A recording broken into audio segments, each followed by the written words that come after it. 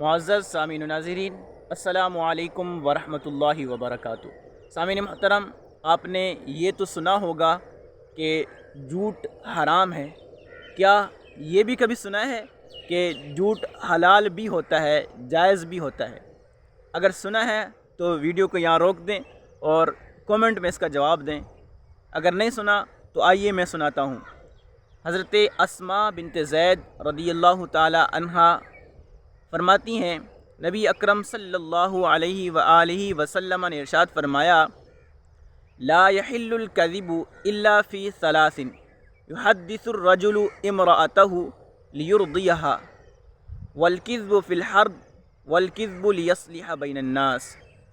نبی اکرم صلی اللہ علیہ وآلہ وسلم نے ارشاد فرمایا کہ نہیں ہے حلال جھوٹ سوائے تین جگہوں کے۔ تین جگہوں میں جھوٹ بولنا حلال ہے۔ نمبر ایک، کوئی شخص اپنی ناراض بیوی کو راضی کرنے کے لیے اگر جھوٹ بولتا ہے تو اس کی گنجائش ہے، اور جنگ میں جھوٹ بولنا حلال ہے، اور لوگوں کے درمیان صلح کرانے کے لیے اگر جھوٹ بولا جائے تو اس جھوٹ کی اجازت ہے۔ اللہ تعالی ہمیں سمجھ کی توفیق عطا فرمائے۔